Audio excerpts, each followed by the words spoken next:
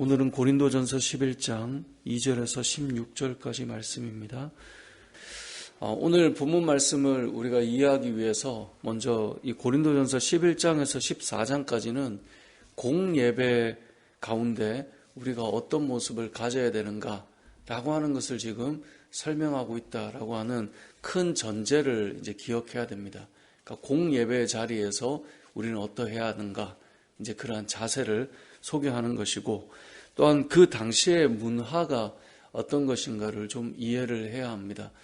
각 시대마다 저건 참 괜찮아, 저건 좀 버릇이 없는데, 뭐 이런 문화적인 차이가 있습니다. 뭐 예를 들면 뭐 요즘에 어른들 앞에서 모자를 쓰고 뭐 학교에서 모자를 쓰고 다닌다거나 뭐 이렇게 하면 요즘엔 좀 많이 자유로워진 것 같아요. 제가 어릴 때는 뭐 예배 시간에 모자를 쓰거나 어른들 앞에 모자를 쓰고 이렇게 나타난다, 너무 버릇 없는 거죠. 뭐 머리에 물을 들인다, 너무 버릇 없는 거죠. 근데 요즘에는 이제 외국의 문화는 좀 다르잖아요. 외국 사람들이 모자를 쓰고 본인의 어떤 패션이나 본인의 어떤 모습을 드러내고 또 자기를 표현하는 것에 대해서 전혀 거리낌이 없단 말이죠. 그러니까 그런 모습들을 볼 때 점점 이제 지금은 어른들이 생각할 때, 물론 저는 좀 불편은 하더라고요, 아직. 왜냐하면 어렸을 때부터 하도 그렇게 듣고 자라니까 또 그게 예의라고 배웠고, 제가 뭐 어른들 만날 때 모자를 쓴다? 저는 아직도 상상할 수 없는 일이지만 요즘 뭐 청소년들이나 초등학생들은 거기에 대해서 전혀 불편하게 느끼지 않는 좀 그런 문화적인 차이가 있다는 겁니다. 말하고 싶은 건 예전에는 그게 되게 예의였는데 지금은 그것은 되게 자기 표현이고 괜찮아 보이는 모습이고 이제 다르다는 거죠. 그러니까 오늘 본문은 공예배라고 하는 전제와 그 당시의 문화를 이해하는 것이 이제 전제가 돼야 됩니다. 그렇게 하지 않으면 이 본문은 상당히 좀 논쟁거리가 될 수 있습니다. 뭐 지금만 그런가? 제가 볼 땐 그때도 그랬던 것 같습니다. 왜냐하면 사도 바울이 11장 2절부터 쭉 말씀을 기록한 다음에 16절에 뭐라고 말하고 있습니까? 논쟁하려는 생각을 가진 자가 있을지라도, 이게 무슨 말이에요? 그때 당시에도 이 말을 들으면 무슨 교회에서 꼭 그래야 돼? 라는 사람이 있었을 것 같은 거죠. 그러니까 논쟁하려는 생각을 가진 자가 있을지라도 우리에게나 하나님의 모든 교회는 이런 관례가 없다. 이건 그 당시에 그 사람들의 시각으로 볼 때 그래도 이거는 그렇게 해오지 않은 거 아니냐, 이렇게 접근하는 거죠. 그러니까 우리도 시대를 살아갈 때 교회 안에 세대가 모여 있을 때, 또 다양한 문화권 아래 있을 때 어떤 그런 이해도가 이게 높지 않으면 사람들은 어떻게 해석을 하냐면 저 사람 왜 저렇게 말해? 아니 저 사람 왜 저렇게 행동해? 왜 그렇습니까? 본인이 가진 시각으로 보니까 그런 거죠. 그러니까 오늘 이 본문은 말한 대로 전제가 공예배와 또 한 가지는 그 당시의 문화, 이 두 가지를 기억하고 이제 봐야 되는데, 당시에 이제 문화로 보자면 이 결혼한 여자는 공예배 때 머리에 뭔가를 쓰도록 이제 명령하셨습니다. 왜냐하면 결혼을 했기 때문에 이제 당시에 이 고린도 교회 또 음행의 문제도 있고, 그러니까 여자가 이제 가리는 것이 당시의 기본적인 예의라고 생각을 했던 것 같습니다.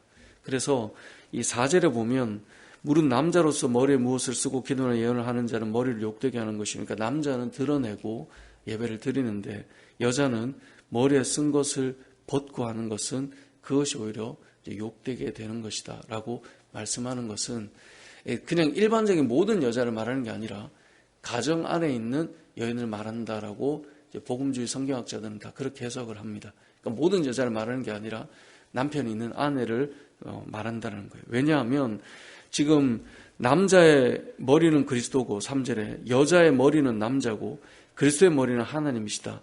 자, 여자의 머리는 남자다. 이것은 성경에서 모든 남자들이 여자보다 우월하다 이 말을 하는 게 아닙니다.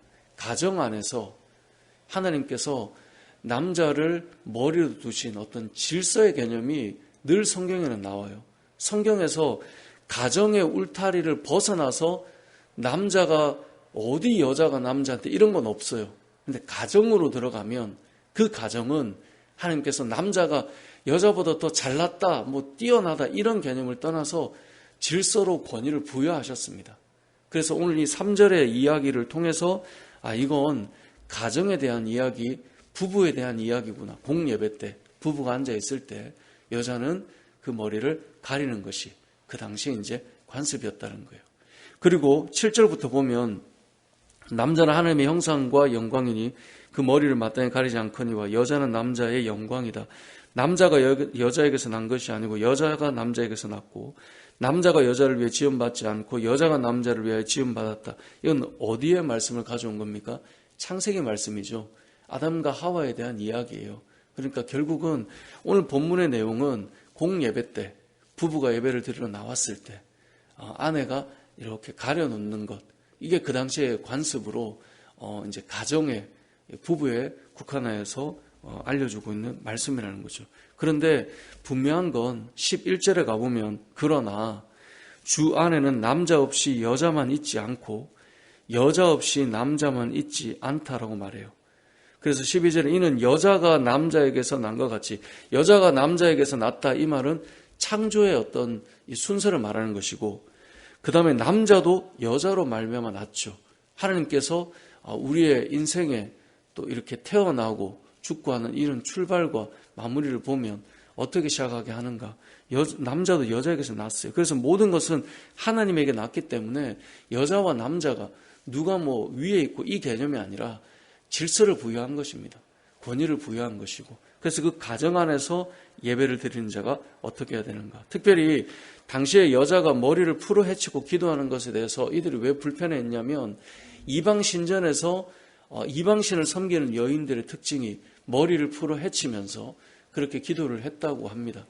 그리고 남자들이 머리를 길게 기르는 그런 남자들은 보통은 이제 매춘부인 경우가, 매춘부라고 해야 되나요? 아무튼 그런 몸을 파는 일을 하는 남자들이 많았다고 합니다. 그렇기 때문에 예배 드리는 자리에 올 때 저 사람은 왜 저렇게 앉아있지? 저 사람은 왜 저런 모양새를 가지고 있지? 이제 그런 생각이 들게 한다는 거죠. 그래서 오늘 본문의 이 내용은 결국은 우리가 예배를 드릴 때 다른 이들의 모습, 다른 이들의 시각, 다른 이들이 바라볼 때 저렇게 예배 드리는 건 좀 불편하다라고 느낄 수 있겠죠. 그것을 지금 막으려고 하는 것입니다. 왜냐하면 이 11장이 오기 전에 바로 전제가 10장에 가보면 10장 24절에 보면요, 바울은 이런 말을 합니다. 누구든지 자기의 유익을 구하지 말고 남의 유익을 구하라 라고 말합니다. 그리고 그 앞에 10장 23절에 보면 모든 것이 가하지만 모든 것이 유익한 것은 아니고 모든 것이 가하나 모든 것이 덕을 세우는 건 아닌 거예요. 그래서 자기의 유익을 구하지 말고 남의 유익을 구하라 라고 해서 기본적인 신앙의 개념을 이야기한 다음에 이제 11장부터 공예배인데 이 개념이 같이 들어가는 거예요. 여러분, 예배 드리는데 어떤 복장이면 어떻습니까? 내가 편하게 오겠다는데, 내가 자유하다는데 뭐 어떻습니까? 이렇게 말하는 분이 있지만 그런 복장을 통해서 누군가는 불편할 수 있고 누군가는 예배에 집중을 못할 수도 있고 누군가는 그것이 우리가 하나님 앞에 나아가는데 또 뭔가 문제의 소지가 될 만하다라고 생각이 드는 게 있다면 나는 자유하지만 다른 이들을 위해서 공예배 때도 그렇게 하지 않겠다라고 하는 것이 오늘 말씀이 가지고 있는 모습인 것입니다. 예전에는 우리가 선배 목사님들이, 저도 어릴 때 예배 복장에 대한 이야기도 참 많이 말씀하셨습니다. 목사님들께서 아마 여러분들도 신앙생활 오래 하신 분들은 하나님 앞에 예배드리러 나올 때 복장은 어떻게 해야 되고 이런 부분들 참 많이 듣고 그렇게 신앙생활 하셨을 겁니다. 저도 많이 들었고요. 근데 그 중에 이제 여름이 되면 복장이 너무 가벼워지거나 그래서 다른 이들이 이렇게 보기 민망할 정도의 옷을 입고 오거나 왜 그렇게 하지 못하도록 합니까? 그것이 그분 자체가 예배 드리는데 나는 괜찮은데요, 그럴 수 있지만 다른 이들이 바라볼 때 그런 모습이나 행동이 모든 것이 가하지만 모든 것이 유익하지 않을 수 있다라고 하는 것. 또 예를 들어 결혼한 가정이라면 부부가 함께 앉아서 예배를 드릴 때 또 그 가운데서 다른 이들로 인하여서 불편하지 않도록 또 부부임을 드러내고 또 문제가 되지 않도록 하는 것, 그것이 이제 신앙의 자세라는 것입니다. 말씀을 맺겠습니다. 오늘 본문에 나오는 이 내용은 그 당시에 배경을 잘 이해하고 우리가 접근했으면 좋겠고요. 크게 보면 우리 하나님 앞에 함께 모여서 예배 드릴 때 다른 이들도 우리가 고려하며 예배 드려야 된다는 것. 그리고 우리가 하나님 앞에 예배 드릴 때 우리의 복장이나 우리의 모습 역시도 우리 문화에 맞게 우리 지금 시대에 그래서 하나님 앞에 좀 경건하게 나아갈 수 있어야 되고요. 뭔가 준비되어서 나갈 수 있는 그런 부분이 되어서 나에게도 유익함이 되고 다른 이들에게도 뭔가 좀 믿음의 본이 되는 사람이 그렇지 않습니까? 누군가를 만날 때 와, 저분 참 본이 된다. 우리의 신앙은 다른 사람 위해서 신앙생활 합니까? 그건 아닌데 나도 유익해야 되지만 남들이 볼 때 그 사람의 유익이 될 수 있도록 가야 되는 겁니다. 그래서 11장 1절이 우리가 오늘 읽지 않았지만 뭐라고 되어 있습니까? 내가 그리스도를 본받는 자가 된 것 같이 너희는 나를 본받는 자가 되라. 이게 대전제예요. 그래서 저 사람의 본이 되는 인생이 되는 게 다른 사람에게 유익을 주는 그 삶이 되는 게 이 신앙의 삶의 너무나 중요한 부분이라는 것을 기억하시고 저와 여러분의 오늘 하루의 삶이 또 여러분이 교회 공동체 안에서나 세상에서나 그 삶이 수많은 믿음의 사람들에게 또 믿지 않는 자들에게 본이 되는 믿음의 삶이 되시길 주님의 이름으로 축복합니다. 아멘.